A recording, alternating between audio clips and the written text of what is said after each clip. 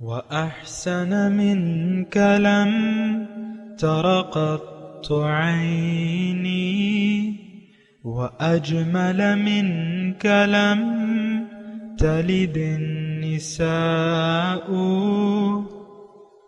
خلقت مبرأ من كل عيب خلقت مبرأ من كل عيب كأنك قد خلقت كما تشاء.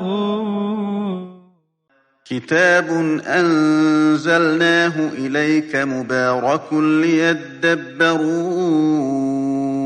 آياته وليتذكر أولو الألباب. یہ کتاب برکت والی ہے جسے ہم نے آپ کی طرف نازل فرمایا ہے تاکہ دانش مند لوگ اس کی آیتوں میں غور و فکر کریں اور نصیحت حاصل کریں. اللہم صلی علی سیدنا محمد وعلی آل سیدنا محمد بعدد کل ذرۃ مئۃ الف الف مرۃ. سامعین و ناظرین اکرام، السلام علیکم ورحمۃ اللہ وبرکاتہ. سامعین اکرام، سورہ اسراء آیت نمبر 30، درس نمبر 1243. آج کا موضوع، کیا ہمیں اللہ تعالیٰ پر بھروسہ بالکل نہیں ہے؟ اس کے ساتھ آج کے سبق کا آغاز کرتے ہیں. سب سے پہلے گزشتہ سبق کا اعادہ ہوگا. اعوذ باللہ من الشیطان الرجیم. پناہ مانگتا ہوں میں اللہ کی شیطان مردود سے. بسم اللہ الرحمن الرحیم. شروع اللہ کے نام سے جو بڑا مہربان نہایت رحم والا ہے. وآت ذا القربى حقه والمسكين وابن السبيل ولا تبذر تبذيرا. اور رشتہ داروں اور محتاجوں اور مسافروں کو ان کا حق ادا کرو اور فضول خرچی سے مال نہ اڑاؤ. ان المبذرين كانوا اخوان الشياطين وكان الشيطان لربه كفورا. کہ فضول خرچی کرنے والے تو شیطان کے بھائی ہیں اور شیطان اپنے پروردگار کی نعمتوں کا کفران کرنے والا یعنی ناشکرا ہے. وَإِمَّا تُعْرِضَنَّ عَنْهُمُ ابْتِغَاءَ رَحْمَةٍ مِّن رَّبِّكَ تَرْجُوهَا فَقُل لَّهُمْ قَوْلًا مَّيْسُورًا. اگر تم اپنے پروردگار کی رحمت یعنی فراخ دستی کے انتظار میں جس کی تمہیں امید ہو ان مستحقین کی طرف توجہ نہ کر سکو تو ان سے نرمی سے بات کہہ دیا کرو. وَلَا تَجْعَلْ يَدَكَ مَغْلُولَةً إِلَىٰ عُنُقِكَ وَلَا تَبْسُطْهَا كُلَّ الْبَسْطِ فَتَقْعُدَ مَلُومًا مَّحْسُورًا. اور اپنے ہاتھ کو نہ تو گردن سے بندھا ہوا یعنی بہت تنگ کر لو کہ کسی کو کچھ دو ہی نہیں، اور نہ بالکل کھول ہی دو کہ سبھی کچھ دے ڈالو، اور انجام یہ ہو کہ ملامت زدہ اور درماندہ ہو کر بیٹھ جاؤ. ان ربك يبسط الرزق لمن يشاء ويقدر انه كان بعباده خبيرا بصيرا. بے شک تمہارا پروردگار جس کی روزی چاہتا ہے فراخ کر دیتا ہے اور جس کی روزی چاہتا ہے تنگ کر دیتا ہے.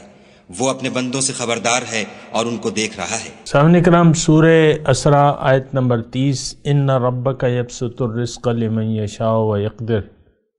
بے شک تیرا رب فراخ کر دیتا ہے رزق جس کے لیے چاہتا ہے اور تنگ کر دیتا ہے جس کے لیے چاہتا ہے. انہ کان بعبادہ خبیرا بصیرا.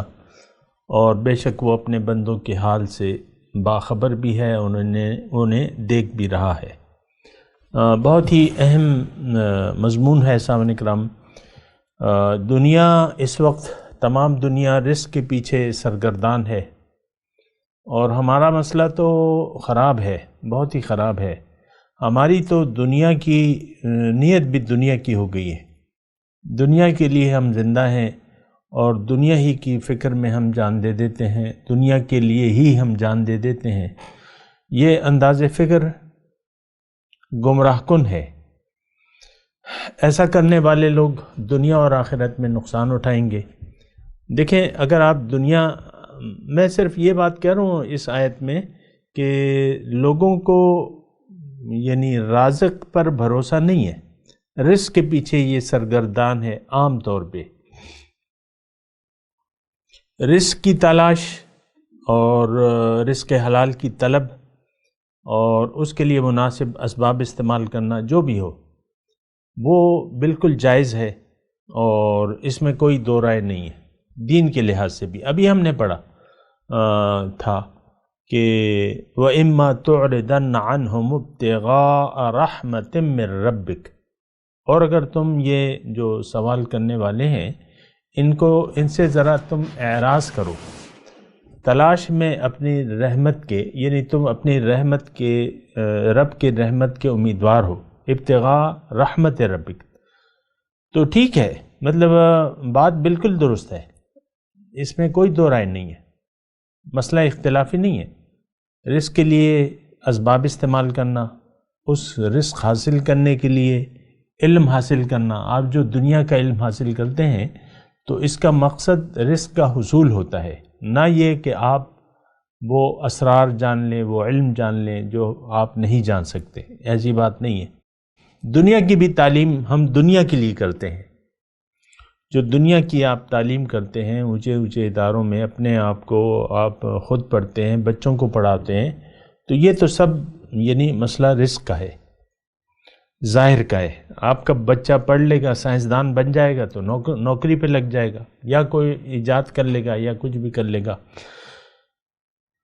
تو ظاہری تعلیم جتنی بھی ہو یہ ناجائز نہیں ہے اور کرنی چاہیے۔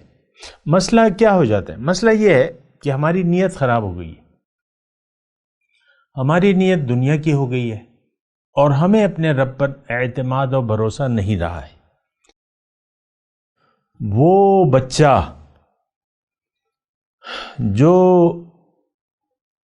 9 مہینے ماں کے پیٹ میں اللہ تعالیٰ کی طرف سے، خالص اللہ کی طرف سے رزق پاتا ہے، اور جو اپنے پیدائش کے فوراً بعد رب کی تیار کردہ دودھ کی فیکٹری سے رزق حاصل کرنا شروع کر دیتا ہے، اور اس کو دودھ پینا بھی اللہ ہی سکھاتا ہے، سبحان اللہ۔ کیا خیال ہے آپ کا اس رب کے بارے میں جو آپ کو ماں کے پیٹ میں رزق دے رہا ہے؟ مجھے بتائیے۔ آپ بڑے ہو جاتے ہیں تو کون سی قیامت ٹوٹ پڑتی ہے کہ آپ رب کو بھول کے اسباب کے پیچھے پڑنے لگتے ہیں اور ٹوٹل بھروسہ اسباب کر لیتے ہیں۔ دیکھیں، اسباب کا استعمال درست ہے اور بالکل کرنا چاہیے۔ الکاسب حبیب اللہ، کسب رزق حلال کے لیے کوئی کسب کرنے والا اللہ کا دوست ہے، نو ڈاؤٹ، لیکن اللہ کو بھلا کر زندگی گزارنا، اللہ پہ بھروسہ نہ کرنا، اللہ پہ اعتماد نہ کرنا، اللہ کے وجود کا احساس نہ کرنا، یہ بہت بڑی گمراہی۔ دیکھیں، اول سے آخر تک رب ہمارا اللہ ہی ہے۔ آپ جتنے بھی جتنی نیت بھی آپ کی دنیا کی ہو جائے اور جتنا بھی آپ اعتماد کھو دیں اپنے رب پر، پھر بھی اس وقت بھی اللہ تعالیٰ آپ کی ربوبیت کر رہا ہے اور کرتا رہتا ہے۔ کیا دہریے بیمار نہیں ہوتے؟ کیا دہریوں کو شفا نہیں ملتی؟ کیا دہریوں کو دہریے کون ہے؟ ایتھیسٹس، جو منکر خدا ہے، تو ان کو بھی اللہ تعالیٰ دیتا ہے رزق۔ بیمار ہوتے ہیں تو ان کو شفا اللہ دیتا ہے، ان پہ کوئی مصیبت آتی ہے اور وہ مصیبت میں وہ پکارتے ہیں اللہ کو، پکار سنتا ہے اللہ تعالیٰ ان کی۔ اللہ شکر ہے خدا کا، اللہ تعالیٰ ہم سب کی پکار سنتا ہے، ہم سب کا رب ہے، رب العالمین ہے وہ۔ تو میں آپ کو صرف یہ کہہ رہا ہوں کہ دیکھیں اصل مسئلہ کیا ہے۔ مسئلہ اصل یہ ہے کہ ہم رب کی طرف رجوع کریں، رب پر بھروسہ کریں، رب کی سنیں، رب سے پوچھیں کہ تو کیا چاہتا ہے ہم سے، مجھ سے۔ ہم سے میں کہوں گا تو آپ پھر کہیں گے کہ نہیں، آپ خود اپنے رب سے پوچھیں کہ آپ نے مجھے کیوں بنایا ہے، کیوں پیدا کیا ہے، میرے زندگی کا مدعا کیا ہے، میں نے کیا کرنا ہے۔ آپ خود اپنے رب سے پوچھیں، ڈھونڈیں۔ اس کا جواب دیا ہے اللہ تعالیٰ نے، قرآن میں جواب موجود ہے، رسول آپ کو اسی طرف بلا رہے جو کہ رحمت للعالمین ہے، آپ کو اسی مقصد کی طرف بلا رہے ہیں۔ وَإِنَّكَ لَتَهْدِي إِلَى صِرَاطٍ مُسْتَقِيمٍ صراط اللہ الذی لہ ما فی السماوات والارض وما فی الارض۔ آپ ان کو دعوت دینے والے ہیں، بلانے والے ہیں، راستہ دکھانے والے ہیں صراط مستقیم کا، اور یہ اس ذات کا راستہ ہے جس کے لیے ہے جو کچھ آسمانوں میں ہے اور زمینوں میں ہے۔ ادعو الی سبیل ربک بالحکمہ، ابھی ہم پڑھ چکے ہیں، غالباً سورہ نحل کا ہے آخری۔ ادعو الی سبیل ربک، اے نبی، اے داعی قرآن، اے صاحب قرآن، تم لوگوں کو اللہ کی طرف بلاؤ،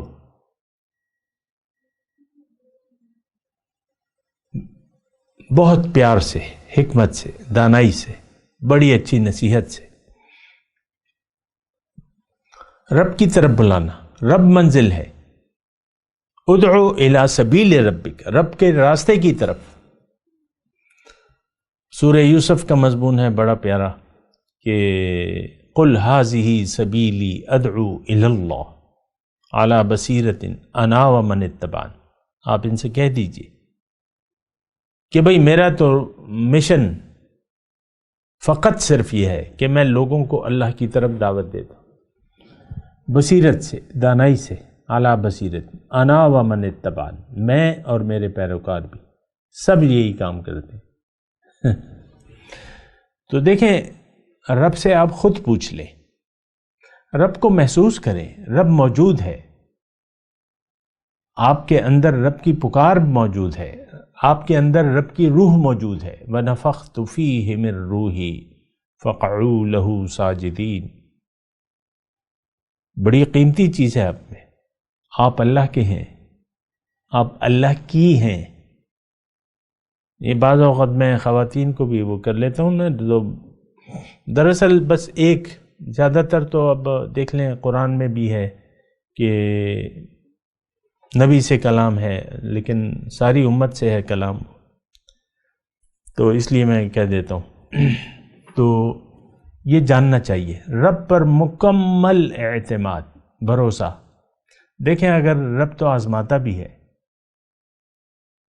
رب آزماتا بھی ہے، یہ رب کی شان ہے، یہ رب کی حکمت ہے، یہ دنیا دارالامتحان ہے، رب آزماتا ہے۔ وَنَبْلُوكُمْ بِالشَّرِّ وَالْخَيْرِ فِتْنَةً، ہم تمہیں آزماتے ہیں اچھی حالت میں بھی اور بری حالت میں بھی۔ تو جو حالت بھی ہے، وَمَا بِكُم مِّن نِّعْمَةٍ فَمِنَ اللَّهِ وَإِذَا مَسَّكُمُ الضُّرُّ فَإِلَيْهِ تَجْأَرُونَ، جو نعمت بھی ہے وہ رب کی طرف سے ہے، اور جو تکلیف پہنچتی ہے تو تم اسی کی طرف فریاد کرتے ہو۔ دیکھیں، میں آپ کو یہ کہوں کہ رب کو محسوس کریں، یہ مقام احسان ہے، مقام احسان کا ادنا درجہ ہے۔ اعلیٰ درجہ یہ ہے کہ آپ زندگی ایسے گزاریں، رب کو دیکھتے ہوئے زندگی گزاریں، گویا کہ آپ اسے دیکھ رہے ہیں، کأنک تراہ، زندگی ایسے گزاریں۔ بعض لوگ عبادت، لفظ ہے، حدیث کا لفظ تو عبادت ہے، اعبد ربک کأنک تراہ، اور ہم نے تو عبادت کو محدود کر لیا ہے نماز، روزہ، حج، زکوٰۃ تک، کیونکہ غلطی ہے ہماری، ایسی بات تو نہیں ہے۔ ساری زندگی مومن کی لمحہ لمحہ عبادت میں گزر ہوتا ہے، یہ بات نوٹ کر لیں۔ کیوں کہ وہ ہر وقت اللہ کی یاد میں ہوتا ہے، تو ہر لمحہ اس کا عبادت ہے، ہر لمحہ بندگی ہے، اور بندگی میں ہی کمال ہے، یہ بات بھی نوٹ کر لیں، بندگی میں ہی کمال ہے۔ میں آپ کو یہاں یہ صرف یہ بتا رہا تھا کہ اس آیت کے مفہوم پر آپ ذرا غور کریں کہ ان ربک یبسط الرزق لمن یشاء ویقدر، انہ کان بعبادہ خبیرا بصیرا، بے شک آپ کا رب فراخ کر دیتا ہے رزق جس کا چاہتا ہے، تنگ کر دیتا ہے جس کا چاہتا ہے۔ اب جو اگر رزق تنگ ہے اور ہوتا ہے تو یہ آزمائش ہے، دنیا کی ساری زندگی آزمائش ہے۔ وَنَبْلُوكُمْ بِالشَّرِّ وَالْخَيْرِ فِتْنَةً، آزمائش ہے۔ تو آزمائش میں تو آپ کو امتحان دینا ہے، زندگی امتحان ہے، آزمائش ہے۔ آزمائش امتحان ہوتا ہے، ضروری نہیں ہے کہ آپ کو نتیجہ امتحان کے دوران ملے۔ ہاں، نتائج کے اثرات شروع ہو جاتے ہیں امتحان میں ہی، امتحان کے دوران۔ یہ بھی دوسری بات ہے، اس کو ذرا ہمارا تو یقین نہیں ہے۔ اصل میں جو ہماری بے دینی ہے وہ ایک تو ہمارا یقین نہ ہونا ہے اللہ پہ، اللہ کی توحید پہ، یوم آخرت پہ، جنت پر، دوزخ پر، قبر کی زندگی پر، اور رسول اکرم صلی اللہ علیہ وسلم کے اسوہ حسنہ پر ہمیں یقین نہیں ہے، تبھی تو ہم فالو نہیں کر رہے۔ بہترین دیکھیں، انسان بہترین کرنا چاہتا ہے، اب اس کے خیال میں جو یہ سوچ رہا ہے، جو اس کا گمان ہے، وہ بہترین ہے۔ آپ دیکھ لینا ایسے لوگ تو بہت سے مل جائیں گے آپ کو۔ گھر میں جو بیٹھی ہوئی ہے خاتون خانہ، وہ کہتی ہے میں بہترین ہوں، میرے شوہر میں تمام نقائص ہیں۔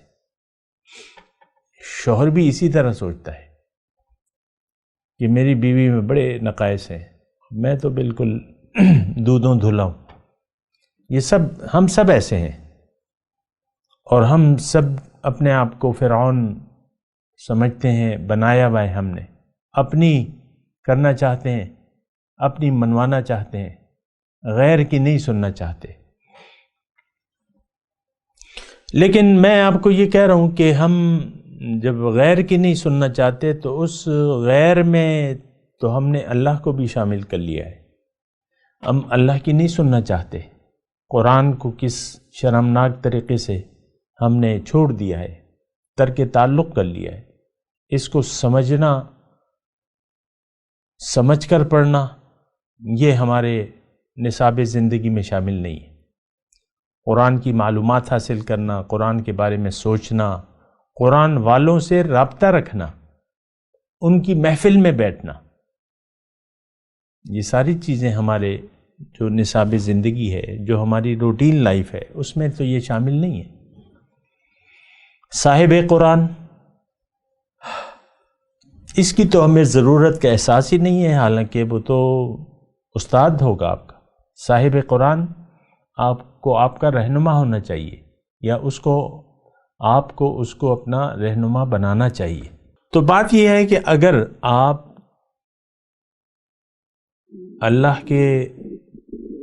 اللہ پر آپ کا اعتماد نہیں ہے، بھروسہ نہیں ہے، اور آخرت پر اگر آپ کا یقین نہیں ہے، تو پھر زندگی ایسے ہی گزرے گی جیسے کہ آج آپ کی زندگی گزر رہی ہے۔ ہماری زندگی مادیت سے لبریز ہے، ہمارا یقین مادے پر ہے، مٹیریل پر ہے۔ اللہ، اس پر ہمارا کوئی یقین نہیں ہے، اللہ یہ کہ مصیبت میں آپ کبھی کبھی دعا کر لیتے ہیں، باقی تو کچھ ایسی بات نہیں ہے، یقین والی بات نہیں ہے۔ اللہ اللہ اللہ۔ ابھی تو زیادہ مجھے علم نہیں ہے، لیکن پہلے میں جب چھوٹا تھا، یعنی یہ 60s 70s کی بات ہے، تو کتابیں وغیرہ، رسالے وغیرہ میں پڑھتا تھا، اس میں غسل صحت، یعنی ایک آدمی بیمار ہوتا تھا، پھر وہ ایک پارٹی ترتیب دیتا تھا، جب وہ صحت یاب ہو جاتا تھا، اس کو ہم غسل صحت کہتے تھے، جشن مناتا تھا۔ اور جشن میں کیا، جشن کیسا ہوتا تھا؟ مخلوط، خواتین و حضرات کی مخلوط محفل، میوزک، ڈانس، کھابے، بس یہ غسل صحت، جشن صحت یہ ہوتا تھا۔ کوئی حالات بدلے نہیں ہیں، حالات زیادہ گمبھیر ہو گئے ہیں، زیادہ گہرے ہو گئے ہیں۔ اللہ سے بے وفائی ہماری بڑھ گئی ہے۔ وفا تو ہم نے کبھی کی نہیں تھی، تو ابھی کیا بڑھے گی، کیا کم ہوگی؟ بہرحال جو تکبر ہے انسان کا، وہ وقت کے ساتھ بڑھتا چلا جا رہا ہے۔ انسان متکبر ہے، اللہ کی سننے کے لیے تیار نہیں ہے، رسول کے طریقے پر چلنے کے لیے تیار نہیں ہے، جنت کے لیے کوشش کرنے کے لیے تیار نہیں ہے، دوزخ سے بچنے کے اعمال کرنے کے لیے تیار نہیں ہے۔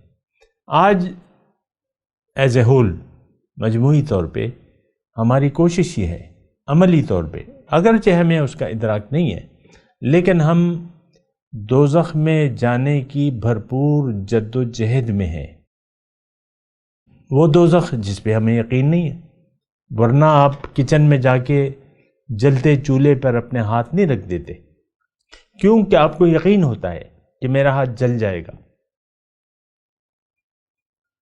ایک سیکنڈ کے لیے بھی آپ اپنا ہاتھ، وہ جو آگ برنر جل رہا ہے، گیس کا برنر،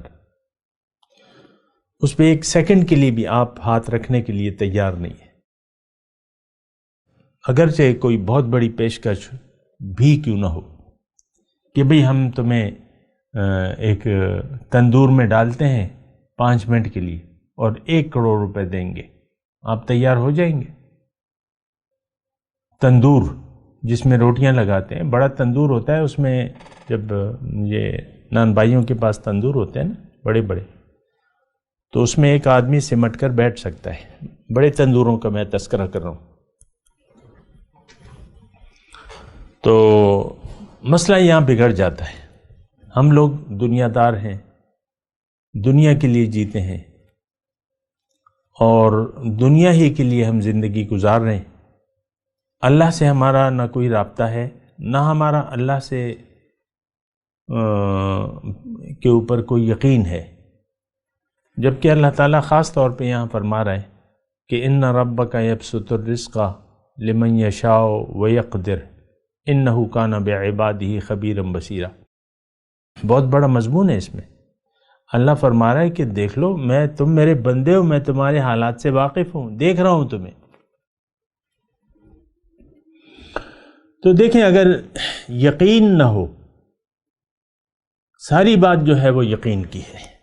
آج اگر ہم دین اسلام سے دور ہیں تو اس کی واحد وجہ یہ ہے کہ ہمارا یقین، جو بھی یعنی ضروری چیزیں اس پر ہمارا یقین نہیں ہے۔ اللہ الہ واحد، نو، ہمارا یقین نہیں ہے، یعنی صرف اللہ کی اطاعت یا رسول کا طریقہ، نو، ان کے اسوہ حسنہ پہ ہمیں یقین نہیں ہے، ان کی باتوں پہ بھی یقین نہیں ہے۔ الراشی والمرتشی فی النار، متفق علیہ حدیث ہے۔ رشوت لینے اور دینے والا دونوں جہنم میں جائیں گے، لیکن ایسی بات نہیں ہے۔ ہمارے معاشرے میں تو کم از کم آپ کا کیا خیال ہے کہ لوگ اپنے آپ کو بدلنے کے لیے تیار ہیں؟ نو۔ نماز پڑھ لیتے ہیں باقاعدگی سے، 5 وقت کا نماز۔ افسر صاحب، گریڈ 22 کے افسر کے پیشانی پہ داغ سجدہ ہے، ابھی حج کر کے لوٹے ہیں، لیکن رشوت کا معمول ہے ان کا۔ رشوت شیر مادر کی، ماں کے دودھ کی طرح وہ لیتا ہے، مانگتا ہے، اور بغیر رشوت کے کام نہیں کرتا سائل کا۔ میرا خود واسطہ پڑ چکا ہے ایسے لوگوں سے، میں آپ کو بتاتا رہتا ہوں۔ سارے معاشرے میں یہ راشی معاشرہ ہے، یہ کرپٹ معاشرہ ہے۔ ہم باغی لوگ ہیں، ہم مجرم ہیں، ہم نافرمان ہیں۔ یہ کوئی جذباتی بات نہیں ہے۔ ہم نافرمان ہیں اپنے رب کے، اور نافرمانی کرتے رہنا چاہتے ہیں۔ میں آپ کو کہتا رہتا ہوں بعض اوقات سمجھنے کے لیے، وہ گھر میں بیٹھے ہوئے ہیں، شوہر بھی حافظ قرآن ہے اور بیوی بھی حافظہ ہے، دونوں دور کرتے رہتے ہیں قرآن کا اور قرآن پڑھتے رہتے ہیں، لیکن سلوک آپس میں لڑتے بھڑتے رہتے ہیں۔ بیگم کی اپنی مرضی ہے، جب چاہے ناراض ہو جائے، شوہر کی اپنی مرضی ہے، جب چاہے مغلظات سے نواز دے اپنی بیوی کو اور اس کو کمتر سمجھے، انسانیت سے کمتر سمجھے، یا پاؤں کی جوتی سمجھے، یا اس کو حقیر جانے۔ یہ تو ہمارا روزمرہ کا ماحول ہے، پورا معاشرہ شاہد ہے اس پہ، یہ کوئی ایک گھر کی کہانی تو نہیں ہے۔ تو بات یہ ہے کہ دیکھیں، آپ خود سوچیں کہ رب پر جب آپ کا اعتماد نہیں ہے اور سارا اعتماد آپ کا دنیا پر ہو گیا، تو آخر کس طریقے سے آپ کا بیڑا پار ہوگا؟ کیسے آپ اللہ کے دربار میں سرخرو ہو کے جائیں گے؟ آپ کا تو نظریں جھکی ہوئی ہوں گی، آپ کا دل ہوائیاں اڑ رہا ہوگا حشر کے دن، آنکھیں پھٹی کی پھٹی رہ جائیں گی وہاں محشر کے ماحول کو دیکھ کر۔ آپ نے تو بھلا دیا ہے آج روز محشر کو، روز محشر کو بھلا کے آپ زندگی گزار رہے ہیں۔ تو وہاں تو پھر فلا یؤذن لہم ولا یستعتبون، نہ توبہ اس دن قبول ہوگی آپ کی، اور نہ آپ کو بات کی اجازت ہوگی، نہ آپ بات کر سکیں گے، کیونکہ نامہ اعمال تو آپ کے گلے میں ہوگا۔ ابھی ہم پڑھ چکے ہیں وَكُلَّ إِنسَانٍ أَلْزَمْنَاهُ طَائِرَهُ فِي عُنُقِهِ وَنُخْرِجُ لَهُ يَوْمَ الْقِيَامَةِ كِتَابًا يَلْقَاهُ مَنْشُورًا اقْرَأْ كِتَابَكَ كَفَى بِنَفْسِكَ الْيَوْمَ عَلَيْكَ حَسِيبًا۔ بہت ہی پریشان کن صورتحال ہے۔ میرا جو خلاصہ کلام ہے آج کے سبق کا وہ یہ ہے کہ رب پر بھروسہ کریں، وہی ایک ذات موجود ہے حقیقت میں، وہ مجھے دیکھ رہی ہے اور میرے حالات سے باخبر ہے۔ موجودہ حالات جو بھی ہیں وہ اس کو آپ ایک امتحان سمجھیں، اللہ پر بھروسہ کریں، مناسب دنیا کے اسباب استعمال کریں اپنے رزق کمانے کے لیے یا حالات کو بدلنے کے لیے، جو بھی آپ ہے اللہ پہ بھروسہ کرتے ہوئے اس کے حکم کے تحت آپ اللہ کا فضل اور اس کی رحمت تلاش کریں، رزق حلال کمائیں، حرام کمانے سے پرہیز کریں۔ دوسری اہم بات یہ ہے کہ اللہ کی ملاقات کی تیاری کریں۔ قرآن اللہ کا حکم اور نبی کا طریقہ، مقامی طور پہ ایک رہنما کو، ایک صاحب قرآن شخص کو، ایک سچے آدمی کو، اور اس آدمی کو جو اللہ کے راستے پر چل رہا ہے، اس کو تلاش کریں، اس کا ہاتھ پکڑیں، اس سے رہنمائی لیں، اس پر بھروسہ کریں اور اس کے کہنے کے مطابق، اس کی رہنمائی کے مطابق آخرت کا سفر شروع کر دیں۔ موت کا کچھ پتہ نہیں چلتا۔ آج صبح میں ایک فروٹ والے کے پاس کھڑا ہوا تھا، تو خربوزے آئے ہوئے تھے، خربوزوں کی بات چیت ہو رہی تھی، وہ میں لے رہا تھا یا جو بھی تھا، تو تھوڑا سا جان پہچان تھی پرانی، تو اس نے کہا یار دیکھو کل ایک آدمی میرے پاس کھڑا ہوا تھا، مجھ سے یہاں کھڑے ہوئے بات کر رہا تھا، آج اس کی موت کی خبر مجھے آ گئی۔ وہ کچھ حیران سی تعجباً، کیونکہ جس شخص کو آپ جانتے ہیں اور جو بات چیت ہو چکی ہے آپ کی، تو تھوڑا تعجب ہوتا ہے، یار کل تو کھڑا ہوا تھا میرے پاس، آج نہیں ہے، مر گیا۔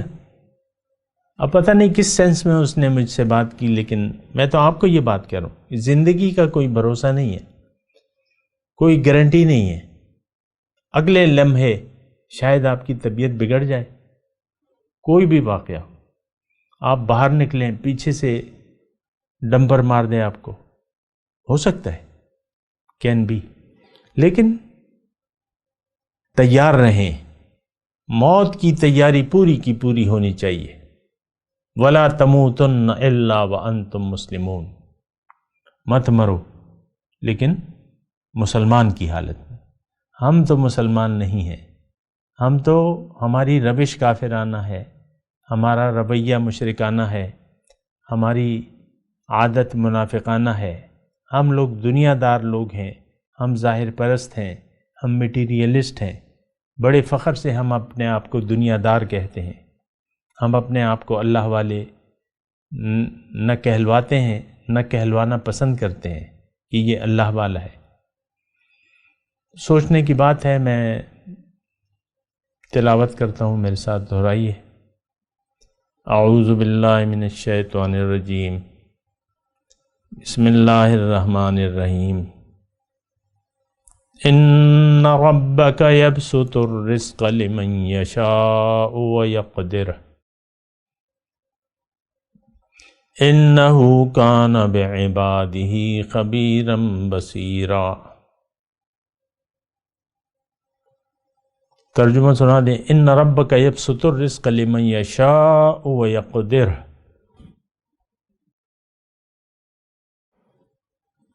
بے شک آپ کا رب فراخ کر دیتا ہے رزق جس کا چاہتا ہے اور تنگ کر دیتا ہے جس کا چاہتا ہے۔ انہ کان بعبادہ خبیرا بصیرا،